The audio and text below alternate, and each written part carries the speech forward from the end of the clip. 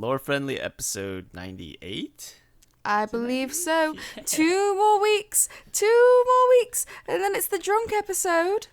Yes, not only the drunk episode, but our 5-year anniversary of this podcast. Oh, that's so cute. Because we started in late July of 2014. That's a long time. Jesus Christ.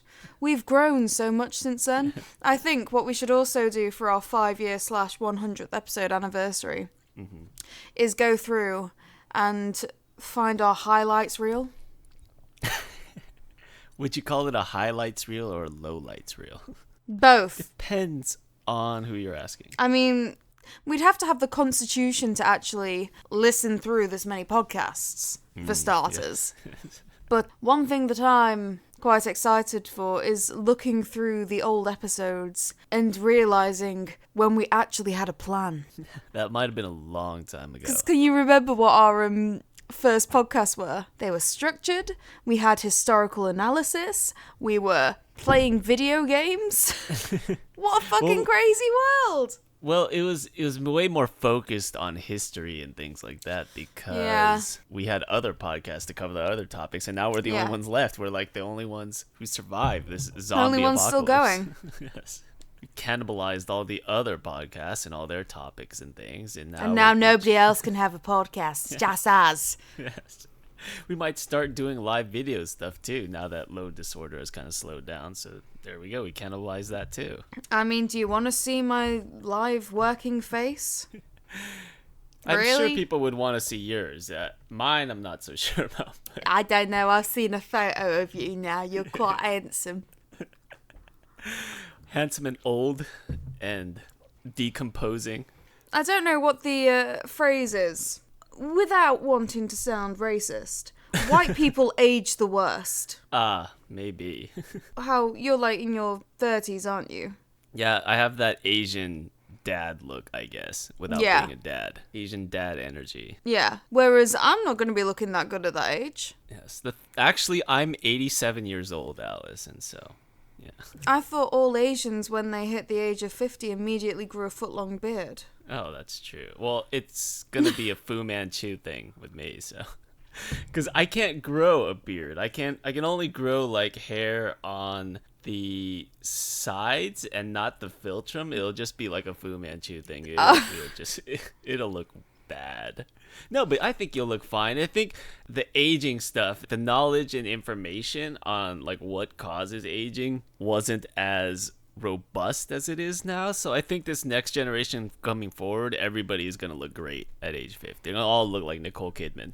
I don't know, isn't like one of the key reasons for aging like drinking? True. Drinking is bad. Does it show externally though? I thought it was mostly internally drinking. Like your organs would get fucked up, and not your like you're not. No, I feel like I think it reflects on because like if your liver gets fucked up, then you turn yellow. Ah, that is true. You turn into Homer Simpson. That wouldn't be the worst thing in the world. Homer Simpson, a very popular character. I guess not the most attractive or model of attractiveness, but still, he's got a niche. Whatever. You'll be fine. You'll age gracefully. Like I said, Nicole Kidman. She's like 80 years old, isn't she? Yeah. I could be like Keanu Reeves. Keanu, too. Also someone who has been bitten by a vampire. Or, Aunt May. Who plays Aunt May in the new Spider-Man? Marissa Tomei. Yeah. Also someone. Nicole Kidman, actually 52 years old. Marissa Winona Tomei. Ryder, she's 37, isn't she? Marissa Tomei, 54 years old. So there you go. White people are fine too. Just like heavy on the sunscreen. You'll be all right. Yeah, I do burn to a crisp now that I'm a fake ginger. I suppose eating healthy's on there as well. Yeah. But not to the point of Gwyneth Paltrow where I'm shoving a fucking jade egg up my vagina. Oh, no. Don't do that. Just eat vegan. Aren't you a vegan now? Or I was about midway through our podcast. That has changed greatly. I still eat healthily-ish, unless it's the weekend. You got I don't know, I'd say about 3 days a week I'm vegan.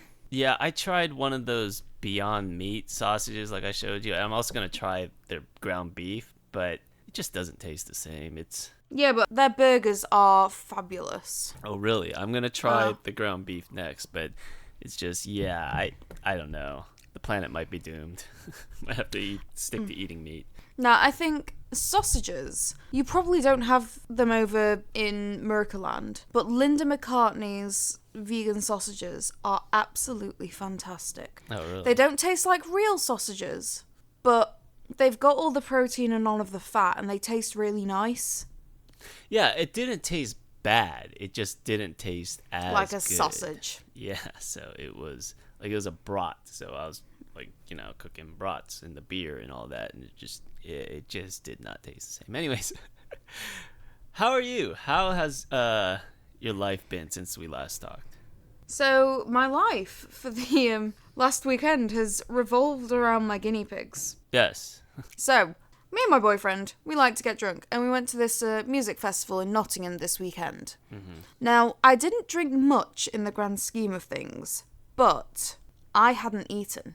I hadn't eaten since 12 o'clock that day, and when I got to the festival, it was 7 o'clock. So I had 6 beers on an empty stomach, so I was a little bit trashed. And so we went back, and my guinea pig Luna's got a bit of a poorly eye at the minute, so I got her out of her hutch. Then we wake up 6 hours later, and James is going to the toilet, and he has a look in, and he's like, Alice, I think Luna's escaped. And we were like, oh shit, oh no. So we were tearing apart his flat at 6 o'clock in the morning, and then I look over, and there, curled up on the cushion, is Luna. Oh. She has been sat in bed with us for the last 6 hours, completely contently. She's currently having a nap. It's always the last place you look. You probably would have torn up all of Nottingham before you looked in the bed. It's the fact that we were slept in the bed Yeah. with the pig. And she was just sitting there really contentedly. She hadn't wet anything. She'd done a couple of poos, but guinea pig poos are quite solid, so we were able to put them in the bin very easily. And it was just fucking madness. Which is more than you could say for most drunk people who probably went to the festival.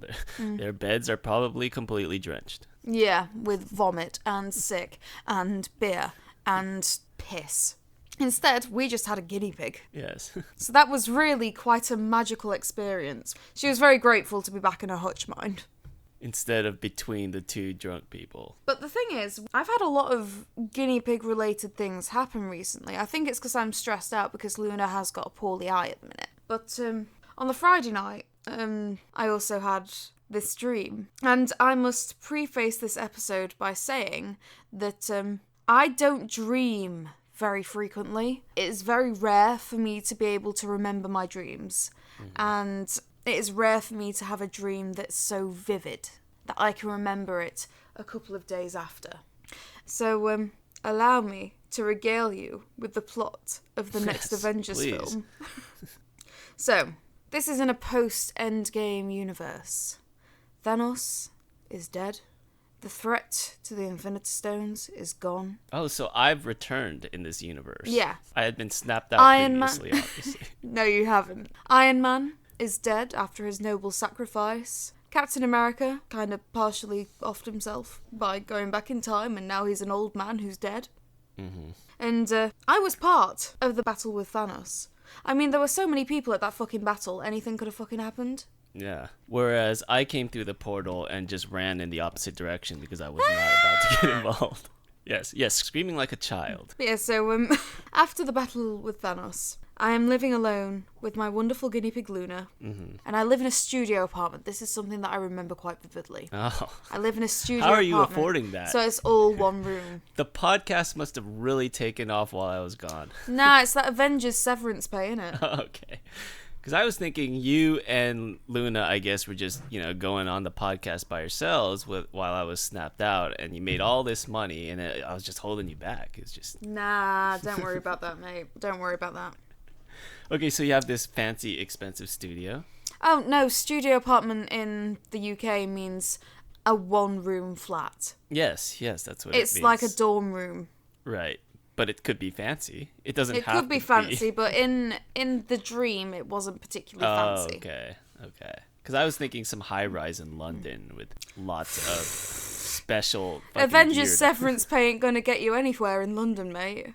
But yeah, so I'm still working at the National Justice Museum, and there's a new guy who started who is befriending me. We end up making quite good friends, and one night he comes around to my studio flat, and he turns out that he's a bad guy. Oh. But not only is he a bad guy, he's a bad guy who was bald and wearing a wig. Well, there you go. His whole life is a lie. Now, I'm not actually sure what his motivations were. The dream wasn't quite clear on this.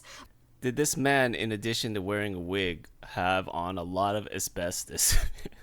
I've started talking about Asbestos Lady in my cave tours. Okay. Because for those who aren't aware, there is an asbestos man in the Marvel canon.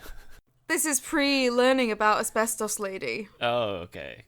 And this is something that I should add. In this universe, Scarlet Witch has died. So when she died, she passed all of her powers on to me. Oh. But without all of the red, fun, like, sparkly special effects. But yeah, we get into a fight, and it's quite a violent fight. And in the skirmish, my pigs disappear. He's killed them. Are your pigs like your sidekicks? Are they fighting crime, or No, have I you just irresponsibly brought them to the museum with you? No, because we get into a fight in my apartment. Oh, In my okay. flat. Oh, so they attacked you in your home, not at the museum. Yeah. And he's killed my guinea pigs. This is like the beginning of John Wick. Yeah, this is my devastating, tragic backstory. And I'm enraged. I fucking love my guinea pigs, Chris. Yes. I don't know if you know this about me, but I fucking love my guinea pigs. And this guy, he fucks off after having killed them. Yeah. And likely gave them mesothelioma before he did it, too. And killed them even before they had a chance to sue him. It's tragic. I know. It's awful, really. It's like he conspired to do it. But, yeah, so, I am now trying to find this guy, and I go on an awful rampage. Many innocent people are killed as I try to figure out the information that I need to rescue and avenge my guinea pigs. This is the true Avengers storyline. Yes, you're actually avenging something. It's very on brand. Eventually, the Avengers hear about this. And they're all like the B-grade Avengers, you know? Not like the original crew. Not like the OG Avengers. It's like Black Panther, Ant-Man, Benedict Bandersnatch, you know. The Pips, more or less. To Captain America's Gladys Knight. Yeah, so when they hear about my motivations... And this is the most confusing part of the dream for me, because I feel like in my dream, they should have been super willing to go along with my motivations here. Yeah. Because it's my dream. It's taking place in my head. Besides, that's what friends do. It's Yeah. And I guess they would be your friends? I don't know. Are the Avengers friends, or are they co-workers? Because you're not friends with the people you work with. Co-workers, I think. But yeah, so their response to my motivation is... So, you're upset that he killed your guinea pigs, and not that he's killed hundreds of innocent people. Yes, that is very true. And I'm just like, yeah. And they're bewildered. They can't understand my logic here. Yeah. It's like, well, are you going to help me or not? To be fair, you could have just called one of those lawyers that has the infomercials on late night TV about mesothelioma, but instead you asked Carol Danvers to help you, who is probably busy saving like 1,000 other planets with 1,000 other guinea pigs. Only those guinea pigs are sentient and people. Nah, Captain Marvel wasn't even there, mate. Okay. Some kind of friend she is. Yeah, so... Yeah. Yeah, but yeah, so we're searching around, and eventually... a location is decided for the grand epic showdown, right? Yeah. And it is my favourite place in the world. Whitby. More specifically, Whitby Abbey. And at this part in the dream, I was like, yeah, the Avengers have been to Whitby before, haven't they? Sure, who hasn't been to Whitby except everyone? And I think when I was thinking that, I think I meant New Asgard. It's a common mistake. Potato, Whitby, New Asgard. Seaside town, you know? Yes, when I'm in Whitby, I consider myself basically in New Asgard anyway, so it's the same thing. Yeah, so we decide to have this final showdown in Whitby. And then suddenly, out of nowhere, there's this flashback scene. And it gets quite emotional, because this is the flashback where Captain America and Scarlet Witch actually got married. And when she passed on her powers to me, she also passed on some of her emotional being. Oh, okay. Well, as long as she's not a Brexiter or something, then you should be fine. Yeah. So being in Whitby Abbey is a very emotional state for me. And as it's such an emotional state, I start to protest. Not because we're like violating any sanctuary or the sanctimony of Captain America's and Scarlet Witch's non-canon relationship or anything. But because we can't destroy such a historic site. I say that in the dream. We can't have the showdown here. Think of all the history in this abbey. Now I'm starting to see why this movie didn't get funded. There's a very, very small number of people who can relate to it. Like, not even your countryman, Benedict Cumberbatch, is gonna defend the honor of Whitby Alley. And, the Avengers are, again, confused by my priorities, and they say, no, we're having it here. We've all agreed on this. It's just you. And, then we fight the big bad. We never learn his name. Asbestos person. And Whitby Abbey gets destroyed, and at the end of the fight, I come to that dawning realization that Luna is still dead.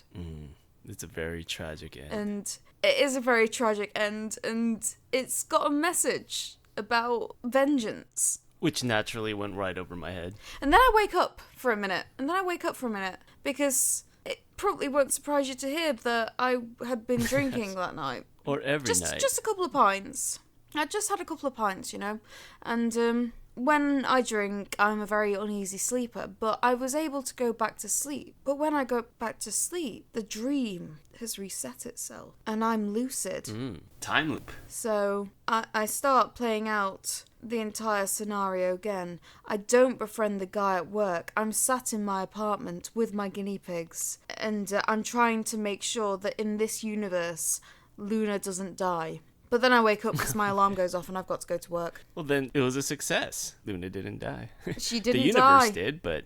But Luna's okay. But I can't explain to you how weird it is for me to be able to remember a dream like this. The only time I've been able to remember dreams and have such vivid dreams is when I've been on antidepressants. So to be able to remember that and remember it so vividly is very unusual for me, and it really struck a chord with me. Yeah, I mean, they do say that dreams can be training for your, like, fight or flight response. So perhaps this is preparing you for a situation where you do meet... I inherit Scarlet Witch's powers. And you do meet some evil supervillain at your new job. So just be on the watch. Who snatches his wig. Yes. Anytime a new employee signs on at the museum, start just grabbing their hair, just, like, checking to make you... Just yanking. Just yanking. Just make sure, you know, and if it comes off, then you know this is the guy. You need to start following him and take him out before he takes out me and my pigs. Ask him how he feels about pets and guinea pigs in particular, and you'll just start like psychoanalyzing him. It's all completely legal. It's just, you know, your dreams told you to do it. It's perfectly logical. Yeah. I've also read that dreams are like therapy for emotional drama that's going on in your life. So maybe your concern over Luna in your real life sort of manifested into a dream. I mean, that would make more sense than training for an actual... Yeah, that makes so much sense. But it also could be your training for the eventual supervillain invasion that is going to happen shortly. And Yeah, the Battle way. of Whitby, you know. Either way, you're set. You're good. It's just the fact is that in my dreams... The concerns that I have and my motivations within that dream line up so perfectly with me. Well, you are the one having the dream, I mean. It's like my dream self isn't like this fucking Mary Sue. It's literally just me with Scarlet Witch's powers. You're fully trained, though. You're a superhero. You're going to be all ready to invade Area 51 with us on September 20th, so... Yeah. Speaking of raiding Area 51, on the 20th of September, 1 million people have RSVP'd to attempt to storm Area 51. And I'm not entirely clear how many of them know it's a joke. Idiots. Well, it is a meme. I mean, I'm sure a good percentage of those people aren't actually going to visit Area 51 and get shot by the US government. I don't know, you get some right idiots though. There are people who do believe that Area 51 does house the aliens, that we've been keeping them there, keeping them safe from us, I presume, because we're very, very good at rating things. I'm sure many of them listen to the same radio show I listen to every week because it's fun.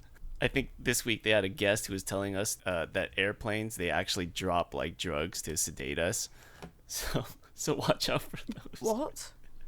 Yeah, it's great. I love these radio shows with all these crazy people on it. But apparently the planes in the sky that leave contrails are actually leaving chemtrails because, chems for the drugs.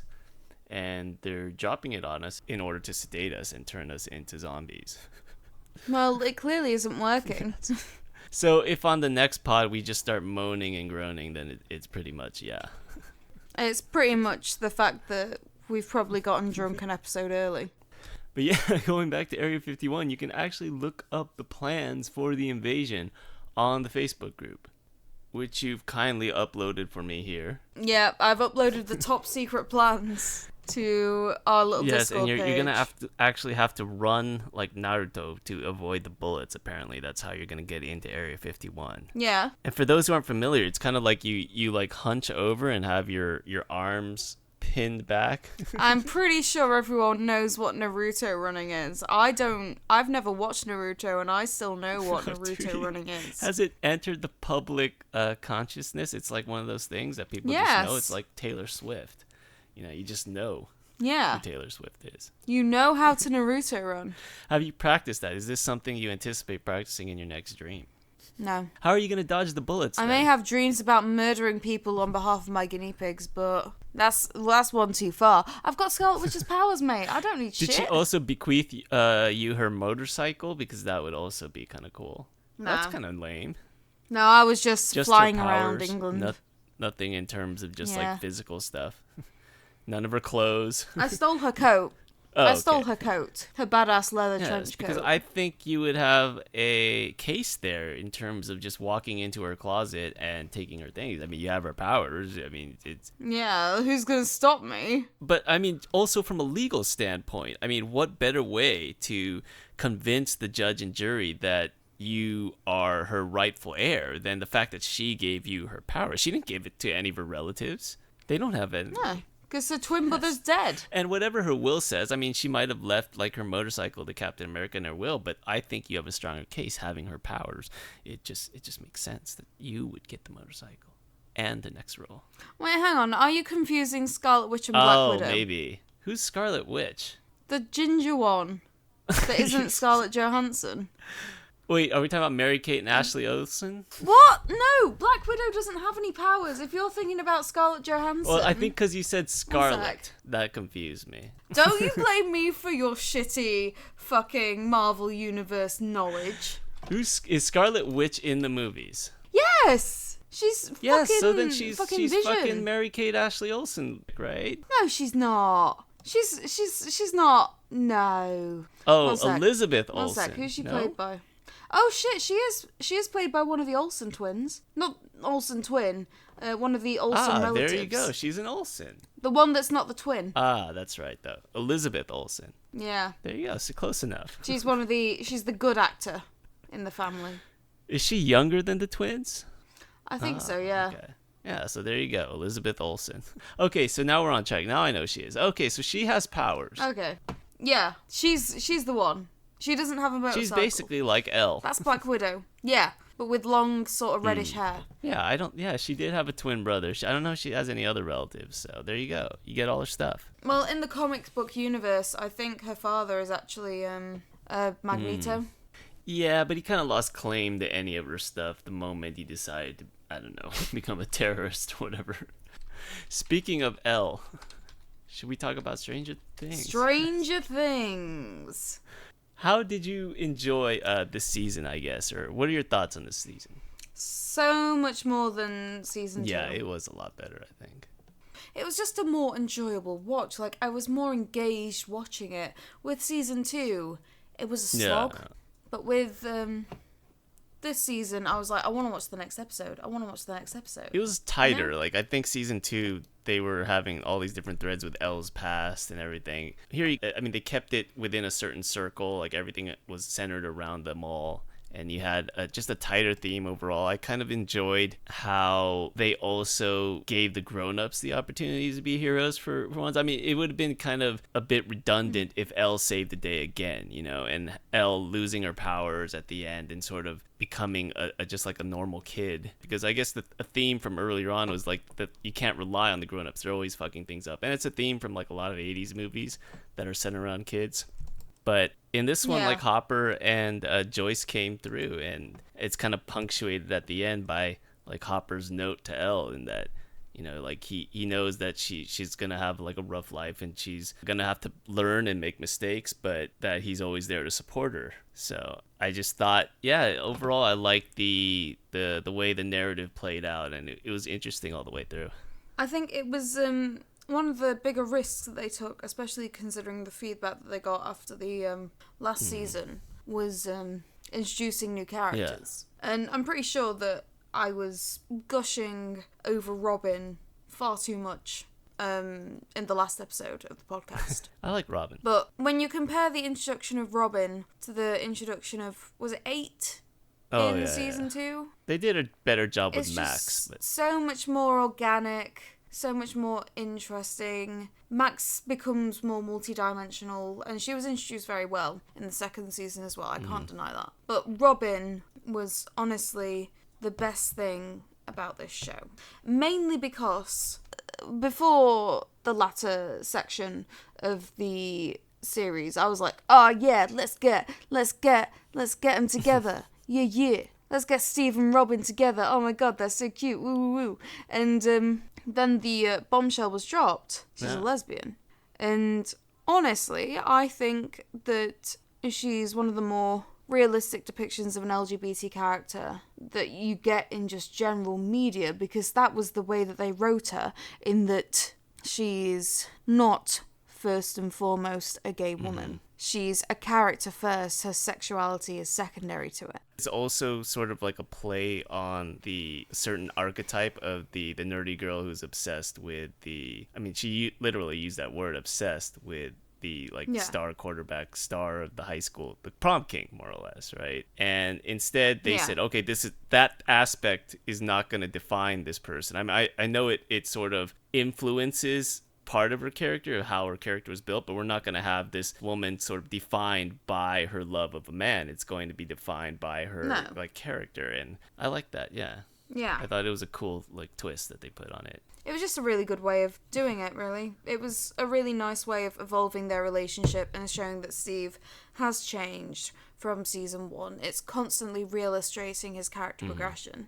Because could you imagine Steve from season 1 reacting in the same way to being rejected as Steve in season 3? No, because you know what he did when he got rejected? He fucking tried to beat up Jonathan and vandalize the cinema, saying that Nancy was a slut. And it had to be heartbreaking too. I mean, you know, it was just, and something that, I guess he said wouldn't have been able to accept in season 1, but he's kind of just matured as a human being now. He's respects her boundaries, more or less, and her sexuality. So it's just, it was well done, I thought. And going to the end, I guess, it's pretty obvious that Hopper is still alive, right? Yeah. Do you think he just went into the Upside Down? What I'm believing, and what I believe the general consensus is that in that last scene that he was in, he vanishes before the machine explodes. He's gone through the gate. Oh, okay. See, yeah, that was the thing. They're saying that he possibly went into Upside Down, survived in there, and then the Russians probably pulled him out, and that's why they mentioned the American at the end. It's just, there's no way he's gone. It's just... No. I did also enjoy his fights with the Terminator guy. It's a bit cliche that he looks very much like Arnold Schwarzenegger. He's pretty much skinny Arnold, but he's skinny Arnold. Scarnold, as he said. Scarnold Schwarzenegger. Do you think it would have been a little off-putting if they had got the actual Arnold Schwarzenegger to play that role? Do you think a little bit too on the nose? Is it good that they got discount Arnold, Scarnold? I think it was just funny because the entire season was, I believe, more than the previous seasons, more jam-packed with references to other films, like Invasion of... The Body Snatchers. What was it? The Thing? Yeah. Body Snatchers, The Thing, just... Never-ending Story. Yeah. That was very on the nose. I didn't need a full 2 minutes taken out of the episode to hear Never-ending Story, which I've never seen, by the way. There was some, like, tension there. It's like, when is she gonna stop? You realize that the fate of the world is on the line, right? She probably ended up getting Copper killed by taking all that time. Well, not killed, but yeah. Hey, don't you blame the girl. She has been stood up by her boyfriend for like the last week. Unintentionally. It's not her fault. You can't blame her for that. Well, it's not her fault. Yeah, but the internet's blaming her. Oh, really? Yeah. They're being vicious about this poor little girl, saying that he killed her. Oh, no. No, I was making a joke, but no, not seriously. She didn't know. She didn't know. It's not her fault. You know what? Any number of things. If Hopper had just counted to 2 instead of 3. Yeah, you know? exactly. Besides, Hopper is not dead. Yeah, he's not dead anyways. Come on, guys. Don't blame the kid. Yeah. You know who is dead is Alexi. Alexi is a star on the internet. Alexi was a fucking gem. Now, I consider myself somebody who loves a good slush, right? A little slush puppy here and there. Delicious. This is something that I need to ask you, actually. On the subject of Alexi and slush. So, Cineworld has got the icy brand of slushies in. Have you ever had that before? Yes, been a while, but I've had Icy. It's the one with the polar bear on it, right? Yeah. I would just like to say to the entirety of the American establishment that is not fucking slush. That is not what we call slush, guys. No, it's awful. To be fair, I think he was drinking a Slurpee, which is like the 7-Eleven version, but I don't know if it's all that different. I mean, it's both just fucking... It's just on the topic of slush, really. But it is not a slush. There's something wrong about it. The texture to it is too smooth. A proper slush, you eat it, you know? You drink bits of it, you eat bits of it. It's really, really fun. The icy, no. Well, that would be more like shaved ice, wouldn't it? Shaved ice versus like a Slurpee. It's like a different kind of thing.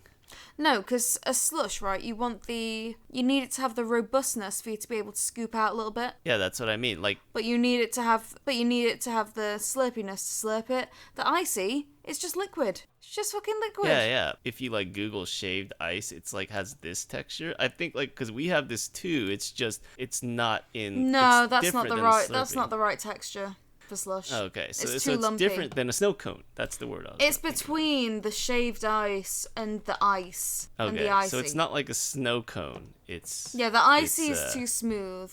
That looks too rough. So what you have is in between. Yes. And the icy was an absolute abomination, which ruined my viewing experience of Spider-Man Far From Home. Anyway, Alexi. I loved Alexi. He was the most innocent, pure, sweet character in the show. His relationship with the conspiracy theorist was absolutely adorable. They made the best of friends. And his death was actually heartbreaking. Yeah. The whole thing is kind of like a parallel of, I guess, the space race and the arms race in like 1980s Russia and America. And you would have a lot of movies in the 80s where they kind of frame the Russians as like this evil, like communist force. And so it was nice to kind of have those two, come together and just be friendly, even though they're like on opposite sides more or less and are supposed to hate each other. But yeah, I really liked Alexi's interactions with the group. I mean, there's that famous scene where he's pissed off at Hopper because he got him like a strawberry Slurpee instead of cherry. And to be fair, cherry is so much better as a flavor, I think, for Slurpees than strawberry. So, he had a gripes. Agreed. Hopper, as an American, should have known what he was doing, but yeah. But Hopper doesn't. No, he's Hopper was just a ball of rage through most of the season. What do you think of them moving out of town and what that means for the future? I think it means that the next series is going to take place at Christmas. Christmas or Thanksgiving. That they're going to be back in town. See, I'm like what I mentioned last week. I'm like, I feel like they need to have focus on a new set of kids or a different town, or it's at this point, the PTSD has got to be through the roof. It's the trauma has got to be too much for these kids. I actually feel sorry for them that if they would have to go through this again. It's like, I want them to have a normal life, just peaceful, with no fucking upside down and no just fucking mind flayers attacking Will. It's just I don't know. I feel for the kids. Yeah, they've gone through a lot, bless them. At some point, I feel like this show could do with just like having different kids and having a fresh start. And because how many numbered children are there that have like the special powers? Well, 8 is an adult, so the nearest one to 11 would be 10, and I'm assuming that she's adult aged as well. Well, they could have new kids. They could have 12, 13. No, because 11's the last one. Oh. Well, what if they reboot it? The American could also be Dr. Brenner. They mentioned Yeah, that I do think that it'd be Dr. Brenner, who's the American. Yeah. I like the idea that Hopper's stuck in the Upside Down and they've got Brenner in a cell. Yeah, I mean, they could also go with a complete reboot. Halt and Catch Fire did this, where they went from the 80s to the 90s. Like, you could also do that. You could go to the 90s, have a new set of kids, have the Russians sort of have made this their own special powered kid. And yeah, there's ways you could go with it without like causing Will more trauma, because I do think at some point they're getting to that age where not only it loses the charm of it, that adolescent charm, they're also going to kind of split apart and go their different ways. 'Cause that's kind of what happens as you grow up. It's kind of sad, but a lot of children, like, you don't stay friends with your childhood friends forever. So it is kind of, I don't know how much they can squeeze out of this lemon. Yeah. I do feel like them moving is kind of a signal that might happen, but I don't know. It's likely they'll just bring all the band back together one more time. Yeah, I think 4 series, and then that should be the roundup. Because surely by the end of the 4th series, they should be adults by then. Yeah, and then they could have their own set of kids. I don't know. Like, if you went to the 90s, you could do that. But they have a lot of time to play with. But then because the series is so based on nostalgia, it has to be nostalgia for something. Like, they couldn't do the show in 2018 and it just wouldn't be the same. So there is a limit to how far in the future they can advance. But I think the 90s are still fair territory.